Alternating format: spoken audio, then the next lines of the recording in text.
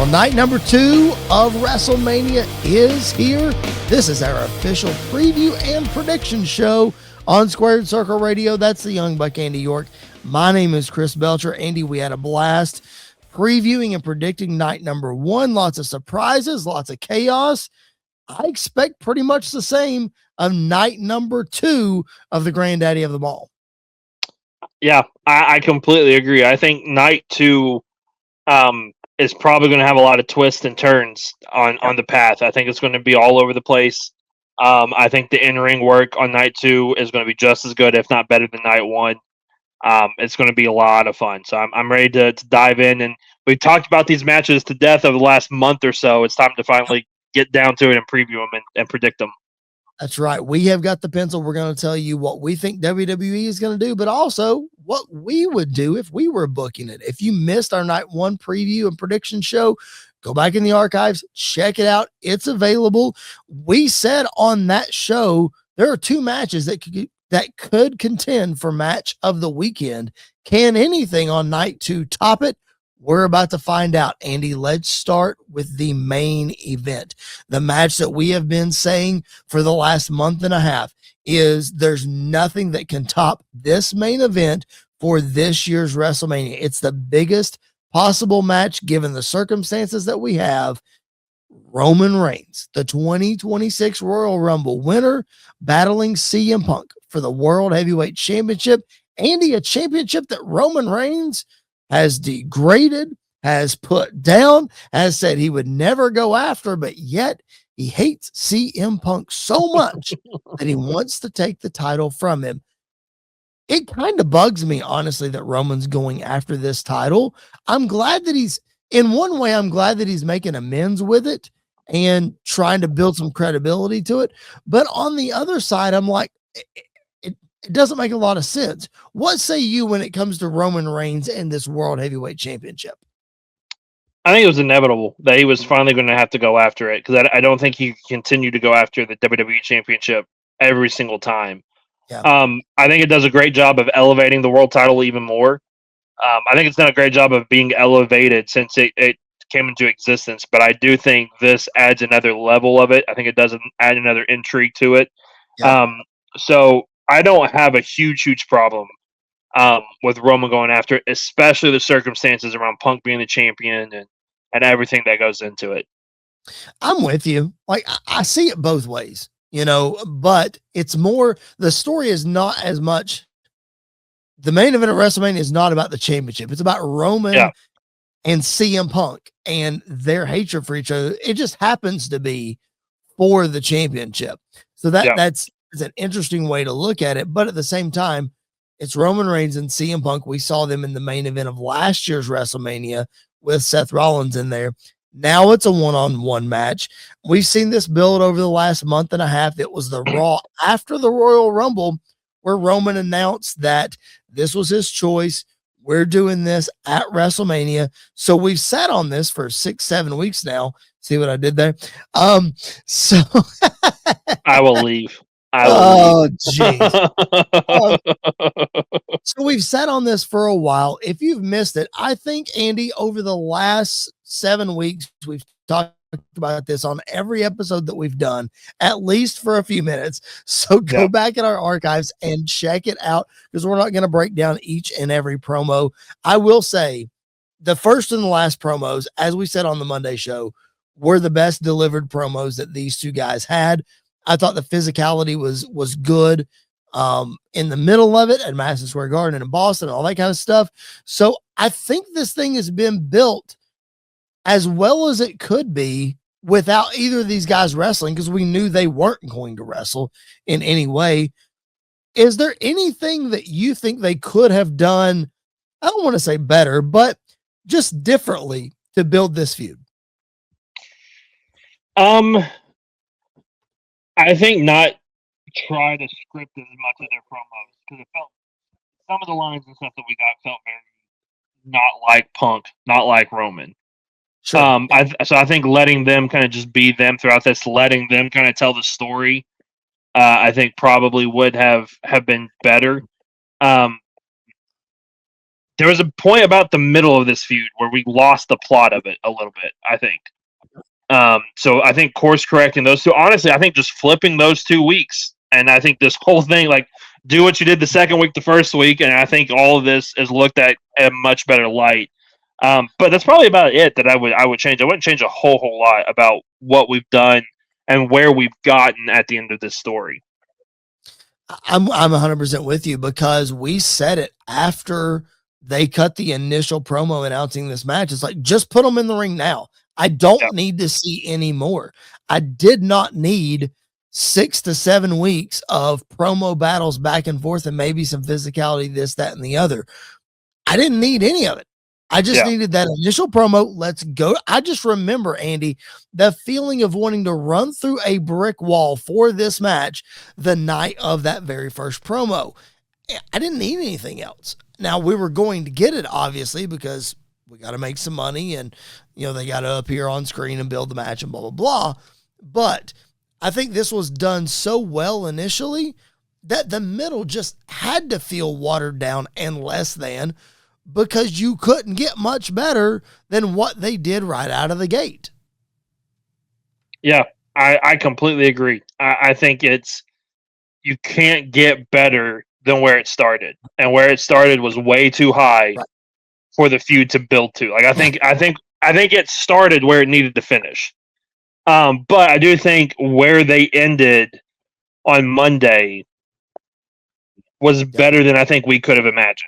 Like, I don't think it's back up to the height that it was at the beginning of the feud, but they have definitely brought it back up to make it more. It's not a blood feud, but it's just two guys that hate each other for valid reasons, wanting to prove I'm better than you. And I think that is a very important key part of this story. Yep. Completely agree. All right, Andy. I know this is going to be tough. Maybe it is, maybe it's not. I don't know. I'll let you decide. What do you think WWE is going to do? Who do you think WWE has slated to walk out of WrestleMania as the World Heavyweight Champion? So both of these guys lost in the main event of night one last year. Yep. So there's an argument where both of them kind of need this win. Yes. So for that fact, and for that, putting a championship on Roman makes me nervous. Because I don't know when he's coming back. I don't know how long he's gone for. And I think you need a world title on Raw. I think you need a world champion there every week in, week out. But that being said, you want to make the title feel even more important, or feel as important as the WWE Championship. Having Roman fight for it is one thing. Having him win it is a very different story. And so because of that, I have to go with my heart and I have to go with my gut. And they both say the same thing. CM Punk walks in as WWE World Heavyweight Champion, and he walks out as WWE World Heavyweight Champion. I think Punk retains the title. I'm going to go the opposite route, and here's why. And this is exactly the way, if I'm fantasy booking it, yep, this is what's happening. I think if you want to elevate that championship for all the reasons you just said, Roman Reigns wins this match. And whether he's going to be on TV every single week or not, I don't know.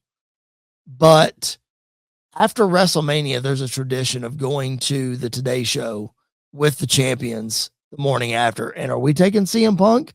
Or are we taking Randy Orton as champion? No, we're taking Roman Reigns to New York as the champion. It goes back to what I said a couple of weeks ago. The face of the WWE. I love Cody Rhodes. He's QB1. He's there doing whatever you need him to do. But there is no bigger star than Roman Reigns. And to me, your first WrestleMania on ESPN, it is inevitable that you end the night, especially maybe they're playing damage control in the fact that this Pat McAfee thing on night number one hasn't exactly gone the way that we want it to do.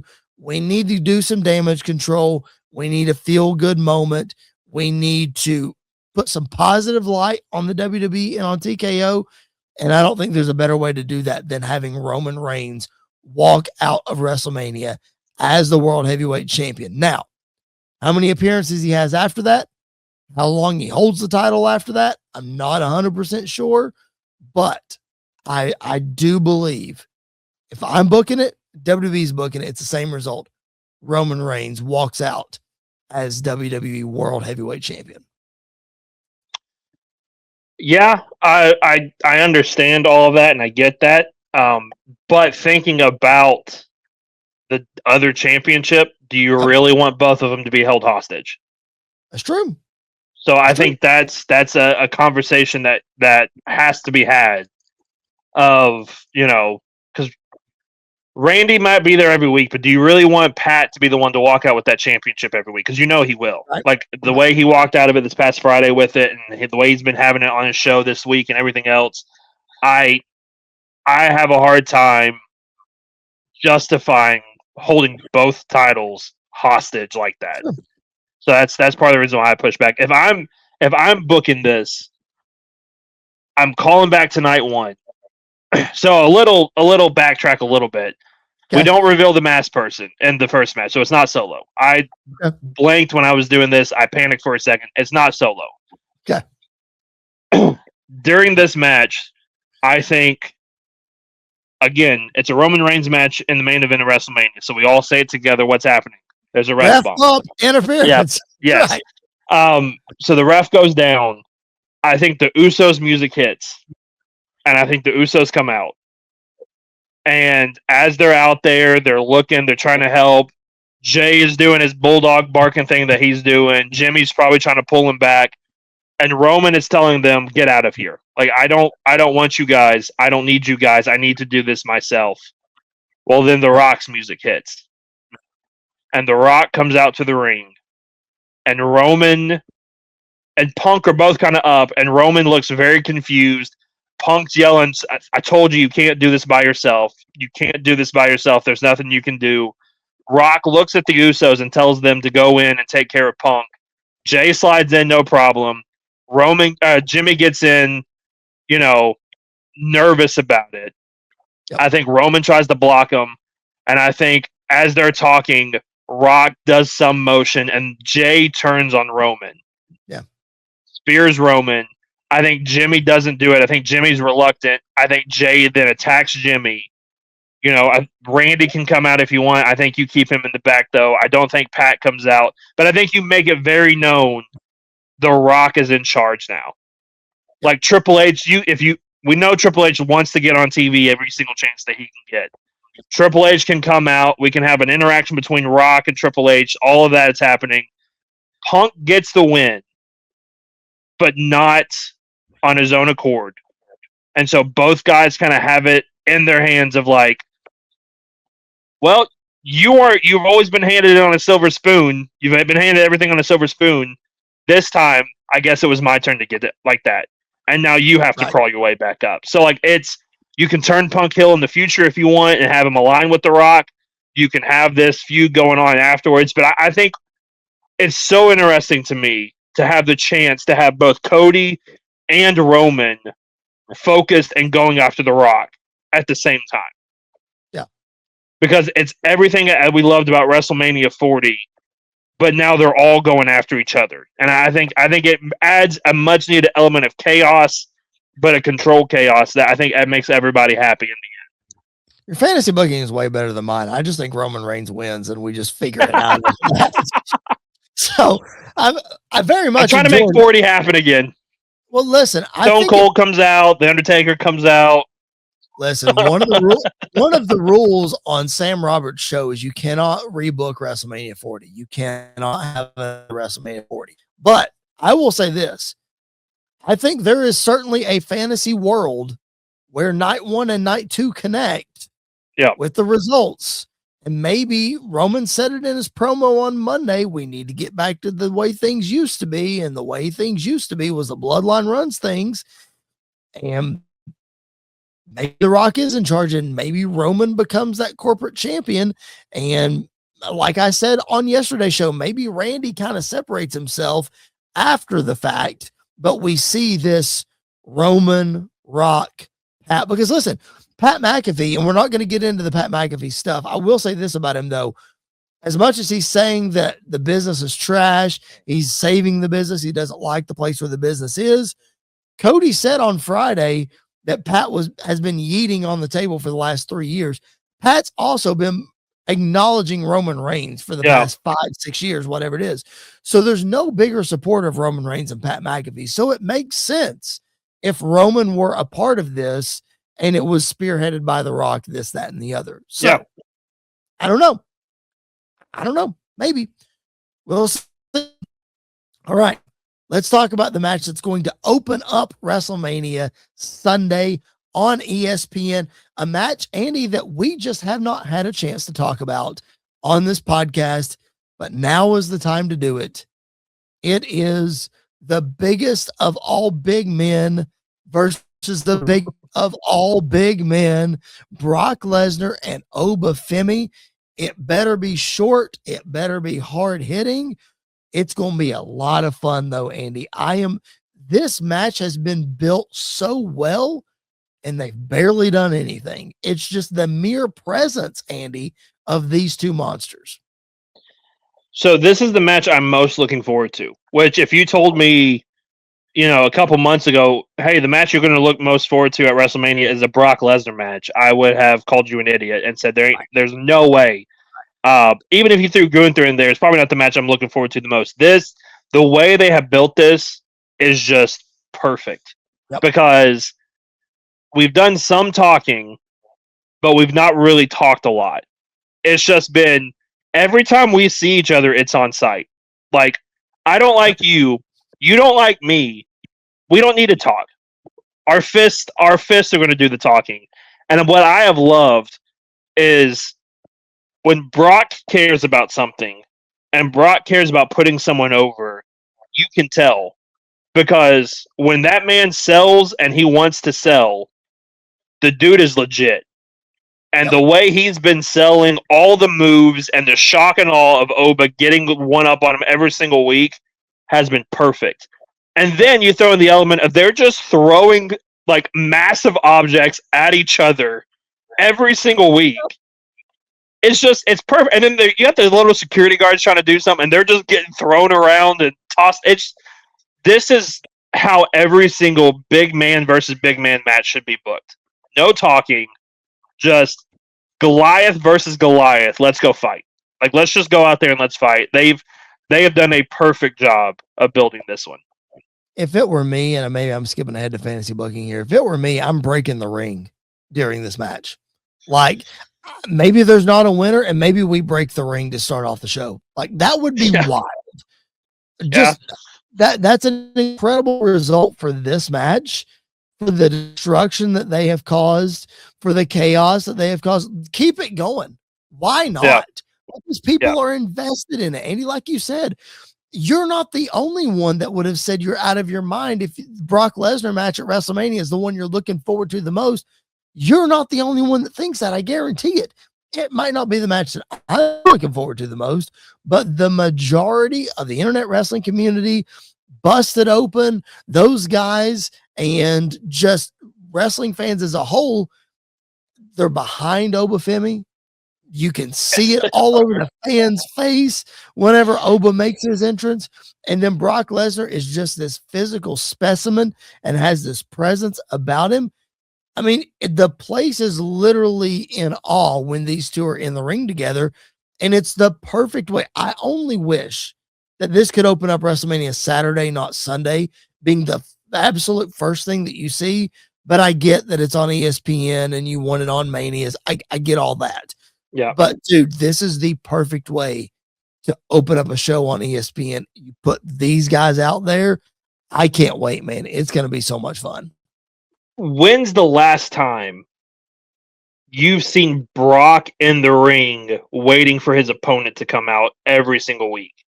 Most of the time, it's the person he's facing in the ring, and then Paul either interrupts him or the music just hits, and here he comes and the mood changes. It's completely different now of Brock's in the ring, and everybody gets excited when Brock's in the ring because Oba's coming. Like that's the exciting part. This dude has not been on the main roster. Like what? He's not been there more than 5 months, 4 months now, right? Like he debuted at the Rumble. Yeah, debuted at the Rumble. Yep. So for him to debut at the Rumble and be at this spot in his career already, shows how good he is at what he does, and shows how good WWE has done of booking him in situations to make him feel like a big deal. Sure. I think this. I think they're getting ready to put a rocket on this dude and shoot him straight to the moon. Because it's when you have two parts of a chant, like you have two chants going on at once and they go together, and the fans are coordinated and doing it, that shows how over you are with the people, I think. All right. So you're saying what you're thinking. Let's say what we think WWE is going to do, because I think this is one of the hardest finishes to pick out of both nights of WrestleMania. I really, really do. Yep. There's a good chance that whatever you say, I'm going to go the opposite just for funsies. But let's look at both sides. Andy, what do you think WWE does with this massive collision of Brock Lesnar and Oba Femi? So I think you're right that the decision is kind of hard to come to. But I think they're almost at the point where the decision is kind of made for them in some ways. I can't see a world right now where Oba loses this match. Like, I don't. I think the way that it's been booked, the way that they've built everything, I would be shocked if Brock just straight up won this match. And so because of that, I think Oba kicks out of more than one F5. I think Brock kicks out of more than one of his power bombs. At the end of the day, I think the ruler is going to rule over the beast, and Oba Femi gets the win. I had a feeling you were going to say that. And judging by everything that we have gotten and how Oba has gotten one up on Brock every single time they have been together, it's hard for me to sit here and say that he could lose this match. But I do think Oba Femi loses this match. I think Brock Lesnar wins at WrestleMania, and here's why. Gunther's coming. And if Brock beats Oba and Brock continues a tear for the next couple of months, that's going to make Gunther winning all that more important when it happens. Plus, if Oba Femi loses this, you can build him back up and continue to tell the story of the young guy who had a setback. Every young guy has a setback. Every young athlete has a setback. And you tell the story of bringing him back up. Now, because it's Oba Femi, it's not a very far comeback up. You know, all he has to do is go in there and squash somebody, and the rest is history. Andy, I have a hard time with Oba Femi winning this match, only because what in the world do you do after this other than put the world title on him? This is like Brock Lesnar 2002. I feel like in this Triple H era of booking, they don't necessarily just strap the rocket immediate and go. It's a very slow burn. It's a very, we got to tell this at not at a snail's pace, but we have to tell this story a little bit slower than just what Vince did with Brock in 02, because what happens if Oba wins at WrestleMania, the next thing that he does is goes and face Roman Reigns, because there's no other bigger star than Brock Lesnar except Roman Reigns or CM Punk or whoever the champion is. So if you immediately put the world title on him, Oba Femi has hit his ceiling within 6 months of being on the main roster. Then what? So I think that's my biggest issue. And I'm not saying that you have to sit here and answer that or that we have to be argumentative about it. But my biggest issue with Oba winning is the then what? Like, what's the then what? Where do you go with Oba after that? Yeah, and I think that's one. I don't think Brock. I think if Brock loses this, we still get to Gunther, and I Sure we think do. it makes more. I think it makes more sense that we get to Gunther because now Gunther picked Cena at his most vulnerable. He picked AJ at his most vulnerable. When would Brock be at his most? If Sure. Oba just straight up goes in there and beats Brock. Yep. And so I think that part of it, I think we can get there pretty easily and make it make sense, and put Brock out to pasture that way. You're absolutely right that in this regime of Triple H that we're in, we do the long-term storytelling. I think there are certain times when the fans just don't let that happen. Sure. Because the popularity is so high. I think Oba, as of right now, is on that track. I mean, if that you're exactly right, because how in the world did Jey Uso win a world championship at WrestleMania last year? Yeah. The fans, you had to have it. So I don't see a problem. I honestly think Oba will be champion before the year is done.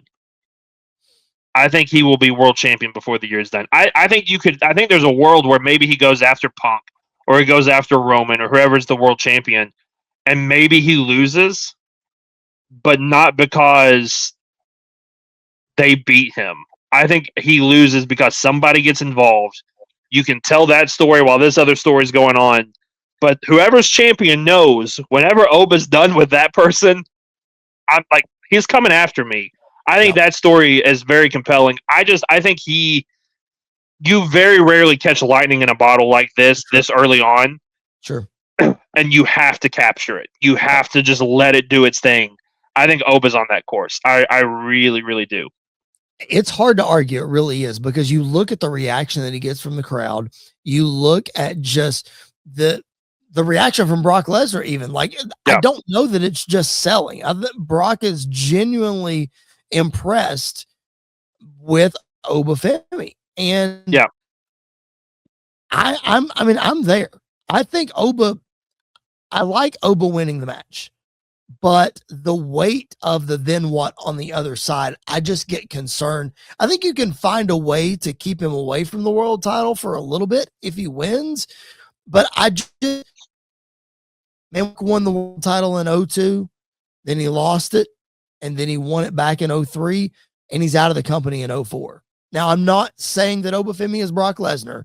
I just don't want to see this guy get burnt out at such a young age because you've put so much pressure on him, to do the thing. So I can see this one going either way. I'm honestly fine with it going either way because Oba Femi is a homegrown guy, and I think he trusts Triple H to be able to tell his story, win or loss, and to be able to figure it out. And that, listen, he's a presence. He's going to get over no matter what. And a loss is not going to hurt Oba Femi, I don't think. A win would go a long, long way. Yeah. I don't think a loss is truly going to hurt him, especially to a guy like Brock Lesnar. But again, I'm okay either way that it goes, honestly. Yeah, I would tend to agree if we haven't seen this before with guys that face Brock. Sure. We have seen guys face Brock with all the momentum in the world, and we've said, oh, if they lose to Brock, it's not going to hurt him that bad. Samoa Joe lost to Brock, and he was never really the same after that. Braun Strowman lost to Brock. He was never really the same after that. Daniel Bryan, AJ Styles, Finn Balor, Ricochet. I mean, Ricochet lost to him and then was demoted immediately. Kofi Kingston, Big E. So the list kind of just goes on of, Brock can beat you and it's probably fine more than times than it's not. But I don't think that risk is worth it with Oba. I think you just catch it and you let it do its thing. Because it's going to run out eventually. Like it always does. It's going to run out eventually. You need to catch it while it's hot. So that way you don't have to try to manufacture that lightning in the bottle again a year, 2 years from now. Is Oba Femi the most popular, hottest wrestler on the roster right now? I think so. Listen, I think the chants for him are as loud, if not louder, than for Roman. Yeah, I agree. Like I totally agree. I think he is, because he's got it all. He's got the look. Yep. He's got an interactive entrance, which is a big, big, big deal. But then, like, he's not like your normal big guys. When they get in the ring and they're clunky, the dude is smooth as butter, and he's not been doing this for long. So, like, I think it's just people look at him, and he is a spectacle, just like Brock was and Brock is. And I think that's why this matchup is so intriguing for a lot of people. I agree. And it wasn't even my pick for the WrestleMania match, but I'm glad that it's actually happening. All right, let's talk about the other match that's going to air on ESPN proper on Sunday night, night 2 of WrestleMania. And that is the 6-way ladder match for the Intercontinental Championship. You've got Penta defending against Dragon Lee, Rey Mysterio, Jade McDonough, Javon Evans, and Rusev. And you talk about a car crash. Over under, Andy, I'm going to go. The number I'm going to give you is 3.5 Mexican destroyers off the ladder in this match. So who's it? Remind me who's in it again. I know it's Penta. It's Penta. It's Rusev. It's Dragon Lee. It's Jade McDonough. It's Javon Evans, and it's Rey Mysterio. And you said 3.5. I'll go. That's a really good number. I'll go under, just because I think we get stereo ones, and then I think the finish is Penta hitting a massive one on, like. Could you imagine him hitting one on Rusev through a ladder? Yeah, I know. Like I can just kind of picture it in my head right now. So I'll go under, but I'm not gonna be shocked or upset if I lose money on that, because it's it can go either way. Dude, you talk about a car crash. Like we talked about on yesterday's episode on how they might tame down the Drew Jacob match because it's on ESPN. There is not a world or a way that I think you can tame down a 6-way ladder match between these 6 guys on ESPN. This one's going to be wild. This is going to be amazing. I'm sorry Forever has the 3rd match on Mania Night 2. Yep. Because the crowd is going to be so tired after Brock Oba and then this match. I have a sneaky suspicion I know what the 3rd match is probably going to be, so I'm sorry, Jade and Rhea. But that's not what I was going to go with, but okay. It's either that one or the one you're probably thinking of. I think this match is going to be amazing. I think we talked about it, Seth and Gunther potentially being match of the weekend. This one's going to be hard to beat because I think multi-man ladder matches at Mania anyway are just automatically special because of Money in the Bank and TLC, and now the ones we've had in the past. I mean, we had random ones with like Stardust and R-Truth and Wade Barrett and Daniel Bryan, and even that one was really good. Even the one where Cardona randomly won was really good. So I think this one can have the same potential. Plus, it's Penta's first ladder match in WWE on WrestleMania stage. It's going to be gnarly. I think it's going to be absolutely amazing. And let's not discount the fact that it's the WrestleMania debut for a lot of these guys, including Javon Evans, who's going to do something in this match that's going to be insane. Yes. Javon Evans in a ring without a ladder is awesome. You put Javon Evans in a ring with a ladder, dude, an OG cutter off like a 20-foot ladder is going to be nuts. It's going to be like the one that Sammy Guevara hit on Cody in AEW. It's going to be very, very similar to that one. I would love to see, honestly, Javon Evans hanging from the belts and find a way to do a cutter, like swing from the belts, and do a cutter off of that. That'd be wild. I would love if he was able to hit one mid-air as Penta's hitting, as Penta's hitting the Canadian Destroyer as he flips over, Javon catches him and like a cutter. Oh yeah. Yeah. I think something like that would be. I think we're going to talk about who I think wins here in a minute. I think the standout from this match, though, is probably going to be Javon Evans. Oh, there's no doubt in my mind. Like, I think he's going to do something. I think Dragon Lee's going to do something wild, too. Like, I think he's a sneaky one that you can look at. I think Rusev, obviously, is the powerhouse in this. That is just going to be chucking ladders at people like crazy. But I think Javon Evans is... I think he's going to do something that is WrestleMania... Like, a WrestleMania moment that they're going to replay for history. Of just something crazy he's going to do. 100%. No, you're 100% right about that. Could not have said it better myself. All right. Who wins this one? Whether it's your fantasy booking or whether it's what WWE does, what do you think? I think my fantasy booking and what they do are going to line up. It's got to be Penta. I mean, there ain't no way you're putting Penta in his first ladder match in WWE at WrestleMania for the IC title and have him lose. I think we get Penta winning and then maybe like a moment between him and Ray, because I don't think there's much left for Ray after this. So I think it's going to be a very special moment. I do think Penta gets the win. I just now made my pick in looking at this because I didn't know exactly where I was going to go here. After this whole conversation we just had, it will not shock me if Javon Evans wins this match. He's second on my list. Not going to shock me one, but you talk about making an impact on ESPN and making a brand new star. You talk about riding the lightning bolt of Oba Femi. How about riding the lightning bolt of Javon Evans and the way that he has been? Like, it will not shock me in the least. That's going to be my pick for this one. I think Javon Evans makes a big statement because Penta is one of those guys, especially in a ladder match. It's not going to hurt him to lose. It's going to be fine. He's going to be the same star and this, that, and the other. So I think this could be a big crowning moment for Javon Evans. That's what I'm going to go with. I think there's really only three options for this. And I think it probably goes Penta. To me, it goes Penta, Javon. I think Rusev is probably the third that you could do, especially if you want to take Oba away from the main event scene for a while and you can run that Rusev-Oba feud back for the IC title. If you wanted to. I don't think Ray needs it. I think Ray is just in this match to be on the WrestleMania card. JD's not going to win it. Dragon's not going to win it.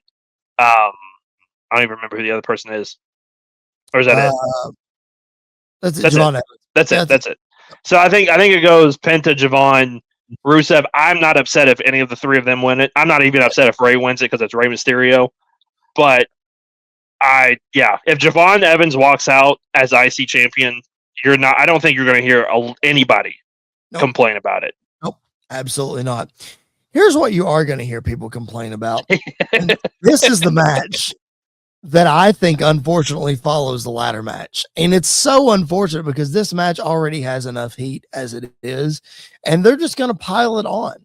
And that's the United States Championship match, Sami Zayn and Trick Williams. Andy, I have never heard a non-reaction to a Sami Zayn entrance like I have heard over the last couple of weeks, especially this past Friday. It's almost like Sami Zayn went out there to cut a promo to beg the fans to get back on his side, and they were like, nope, not having it. Sorry, buddy. Yep. And to be honest, Andy, I don't think it's because he beat Carmelo Hayes. I think it's just because they like Trick. Sammy kind of shoehorned his way into this spot. And I honestly think they're tired of this whiny underdog Sami Zayn. I deserve this. I deserve that. I think they're just tired of it, man. Yeah, Sammy's one of those guys that they have not done a good job with. No. Ever since he came out of the Bloodline storyline, they have not done a great job with Sammy. Right. And so I think you're right that it's not just because he beat Carmelo for the U.S. title. I think that's a big part of it. I think it's a very big part of it. That is a very big part of it. That is and again, I don't think this is, people call him Sammy Hogan on the internet. I don't think it's him politicking his way in. Oh, I don't think that at all. I think Triple H thinks that this is going to work to get him over as a babyface underdog again, and it's not going to work. I think we're at the point now. I don't think you can turn him heel against Trick. I tell you, the way you turn him heel is when he loses the U.S. Championship. Shocker! This is my prediction. That he's going to lose the U.S. Championship to Trick Williams, and then either the Raw after or the SmackDown after, Kevin Owens makes his return, and Sami Zayn just bludgeons him. Yep. Just beats him down, just like Kevin Owens did to Sami the night he won the NXT Championship. And then you get a heel Sami versus a babyface Kevin Owens, and just let that story tell itself. Yep. I think that's the only way we can really get back on track with Sami. Yeah. I mean, that's the best that I couldn't have come up with anything better, because I just don't know. And know, if you've listened to this podcast for a long time, and Andy, I'm not a huge Sami Zayn fan. I'm not. Yeah. I've never really gotten behind his character. I've never gotten behind his mic work, except when he was in the Bloodline. But you're right. It's one of those where he was on such a high with the Bloodline, and you caught lightning in a bottle. You just, you didn't know what to do with him after that. You had him beat Gunther at WrestleMania 40 in his huge reign.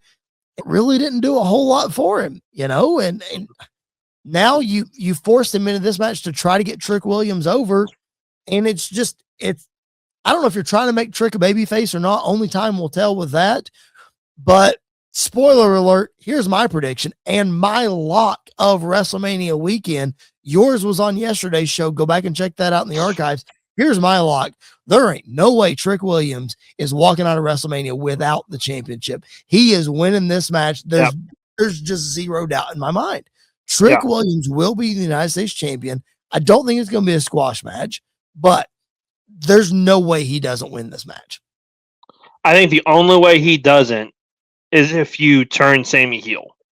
To do like a double turn. And that may be even what they do of maybe, with Little Yachty being involved in Trick's corner, maybe Kevin Owens is on his side now. Like Kevin comes out to be in Sami's corner to try to get the fans going. And then just as the match goes on, you can tell Sami's starting to lose it. And Kevin's starting to see that. And Kevin goes, you know what? Maybe this is the time we can get him to switch. And then they beat down. And, so I think there's a way. I don't think it's like impossible. But I think you're absolutely right. I think if I'm doing a lock for night one, a lock for night two, I think that would be my lock for night two as well as that. I don't think there's a good chance that Sami walks out as U.S. champion. I don't see it. And if he does, you better get ready for the reaction. You better get ready for that reaction. Yeah, for sure. Because listen, I don't think that Sami beats Carmelo Hayes if Trick wasn't going to walk out of here, because you could easily have the more entertaining match with the history of Carmelo Hayes and Trick Williams. And, it's a toss up then as to who wins, but putting the title on Sami Zayn to be the one to face Trick Williams, it just screams transitional champion to me. Yep. And Trick, we talk about the high of Oba Femi, the high of Javon Evans. How about the high of Trick Williams that we're running right now? Dude's not supposed to be a babyface, but if you want to argue the popularity of Oba Femi against anybody on the roster, Trick Williams is right up there with him. So I think this is a crowning moment for him for sure at WrestleMania. All right. We are almost done with WrestleMania night number 2. We appreciate you guys hanging with us. That's the Young Buck Andy York. My name is Chris Belcher. This is Squared Circle Radio. Like this video, subscribe to the channel if you haven't already. We would appreciate it. Drop your comments and questions and predictions, and all of that will respond to each and every one of those. We are not live tonight. This is a taped episode, but we will be live to react to WrestleMania night 1 and night 2 immediately following the show. So make sure you subscribe to the channel, hit the notifications bell, and all of those wonderful things.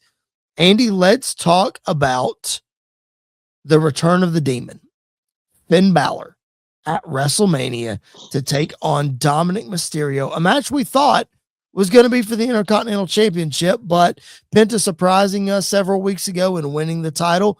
I was talking to a friend of the show yesterday, and he said this was the match that he's most excited for because of how well both of these two guys are in the ring and the skills that they have and the chemistry, obviously, that they have. And Andy, I politely told this guy, I said, I would be excited about it too if I didn't think it was going to last only about 5 minutes. Because Andy, there's always a shocking quick match on a WrestleMania card. This is it. I don't think you bring the Demon Finn Balor out without him, and Dom's one that can take it. I think this is 5 minutes at most. Yeah, if the U.S. title match doesn't go quick, I think this one could be the one that goes faster than Oba and Brock. I think it could go. Yep. I think it could go real quick. I do think this isn't the only one we're going to get though. Oh, I agree. Like, I think we're running this back at Backlash where it's just Finn versus Dom. Yep, agreed. And then that's the one that's going to be really good, I think. Because I agree. Like, I think I'm excited about this because, one, we've been building to it for way too long. 3 years almost. It feels like a lot more than that. But I'm also excited because this frees Finn Balor to finally try to go back out for like a world title at some point and be a believable threat for it. So I'm excited for that part of it. I agree though. I think this is a very quick match. I think Dom gets some offense. I think he sets up for the 619, but it's all Demon all day. Yep. Finn gets the win. Yep. A much deserved win, I think. Yep. I completely agree, for sure. Like, if I had a second lock of the night, like, Finn Balor's not losing this match. There's just no way. And again, Dom can take it. Breaks. Yeah. Well, if Danhausen curses Finn beforehand, we're in trouble. Hey, but Finn said he liked that guy. You know, a couple weeks ago. I could see Dom on the top rope, and then that happened. But are cursed. Yeah, maybe. Who knows? I don't know. That would be hilarious. We'll have to see what Danhausen does in night number 2, because listen, that's another lock, man. Danhausen's going to show up at WrestleMania. He doesn't have a match. Don't know what he's going to do, but he will be on both nights. Yes, he will. In some way, shape, or form, he'll be on both nights. Multiple times, I think. Probably multiple times. I think multiple times. All right.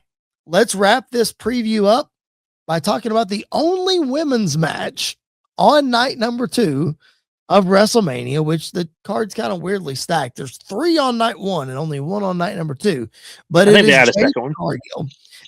It's Jade Cargill defending her women's championship against Rhea Ripley. And Andy, this feud, this build-up, this story has been rather interesting. I'd like the incorporation of Io Sky that we've seen the last couple of weeks. I like the alliance with Michin and B-Fab. I always thought them having a beef with Jade Cargill was weird to begin with. So I'm glad they put them together. There's a lot of people who have said that there's some real heat between Jade and Rhea, which makes it feel a lot like Tiffany and Charlotte last year. Oh, okay, maybe. But Andy, like, this was the marquee match that we said we needed. Like, if there's a big time match for Jade Cargill, it's Rhea Ripley.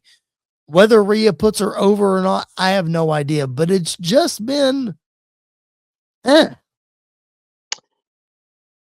I said Brock Oba was the match I'm most looking forward to the whole weekend.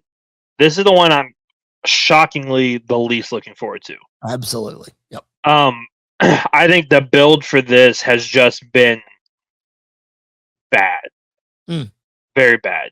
Michin and B-Fab they're fine additions, but it's kind of like, why now? What's the point? Because you just know Rhea was going to blow through them and take them out and everything else that happened. I agree. I think adding Io finally to this story made a lot of sense, and having Jade just absolutely beat her down, even though she wore that massive thing that she could barely move in. She was doing it. I was dying the whole time. I think it's hard for them to build to the intrigue that Jade and Bianca would have had. Yes. And the story that we would have gotten with Jade and Rhea. I feel like both of them, again, kind of going back to the comparison last year of Tiffany and Charlotte, which the match itself that we got was good between Tiffany and Charlotte. So this could be good too.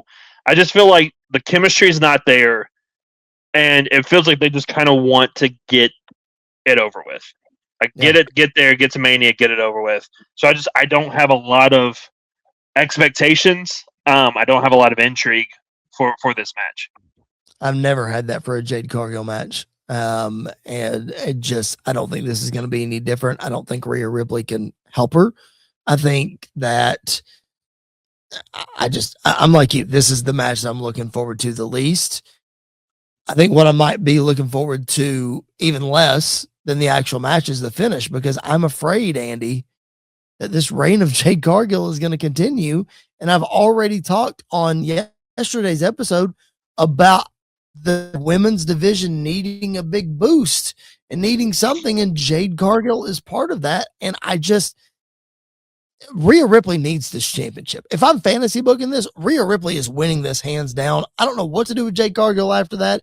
That's for them to figure out. But Rhea Ripley needs this championship, much like Liv Morgan, I think, needs the championship. On the other side, you got to put your biggest stars in the best spots in the spotlight of WrestleMania, and Rhea Ripley fits that bill. But Andy, I'm just afraid it's going to go the other way as they try to build a new star in Jade Cargill and maybe hold out for Bianca coming back. Is it worth it? I don't know. Yeah, I don't know either. I honestly, like, my fantasy booking and what I think WWE are going to do kind of line up with this. I think Jade does win. Yeah. I think she, while it may not be great, I think she needs a marquee win as world champion. Sure. To really solidify herself. And I don't think there's anybody bigger outside of maybe a Charlotte or a Becky that gets that reaction like beating Rhea. I think it's to the point. I think Jade doesn't just beat her. I think she dominates her and almost like squashes her. Wow. Because I also think we're telling the side story of Io and Rhea. And so when we finally get that turn, I think they're just going to keep piling on onto Rhea. I think they want to make Jade look strong again, so that when Bianca comes back, that feud is ready to go. And that feud is ready to really, really heat up. So I think Jade gets the win, and I think she gets it in a very dominant fashion. Man, I just worry about the placement on the card of when that happens and what that's surrounded by. And well, I said if it goes on third, it's dead in the water. Which I could see it. I could see it because I think WWE knows what the reaction is going to be anyway. So send them out there.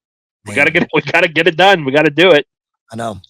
Plus, if you're doing a car crash match, if you do a dominant not fast, but if you do a dominant methodical squash, it gives the crowd enough time to build back up, and I think it's a shocking enough defeat that it may keep the crowd invested at least in the finish of it. But it's going to be if it goes on at third, it's in trouble.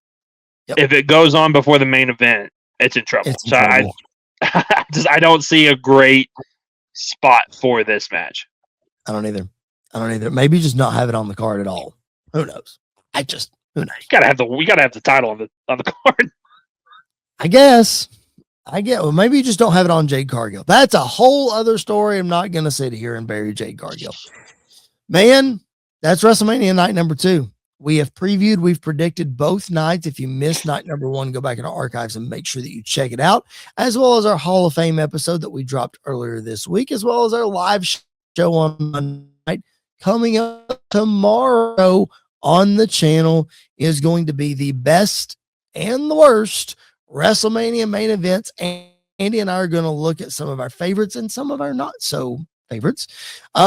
In this episode, it's a lot of fun. It is a pre-recorded episode. We will not be live, but it will drop at the same time, 7 p.m. Eastern on our YouTube channel, as well as on podcasts. So make you are checking it out on whatever platform that you are listening or watching right now. And then again, Andy, man, 2 days away, WrestleMania night number 1 live reaction on the channel, WrestleMania night number 2 live reaction, and then Raw after Mania live reaction.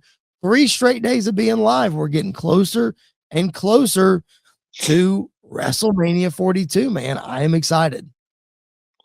I am too, especially now that we've done previewing it and given our predictions and everything. It becomes even more real that it's happening this weekend. So I'm pumped for it. I'm ready for it. I have high expectations for the card, so we'll see if it's able to deliver or supersede or underperform. It's always the fun time, and it's always going to be a great time to talk about it after it happens. Talking season is over. It is time for the Super Bowl of the WWE. I will be in Las Vegas for WrestleMania. I will be very excited to come on here afterwards to give you an in-person perspective. Again, lots of controversy on tickets and attendance and reactions and blah, blah, blah, blah, blah. So I'm sure we'll dive into a little bit of that as WrestleMania goes on and those sort of things. So keep it locked in right here. That way that you can get our immediate reactions.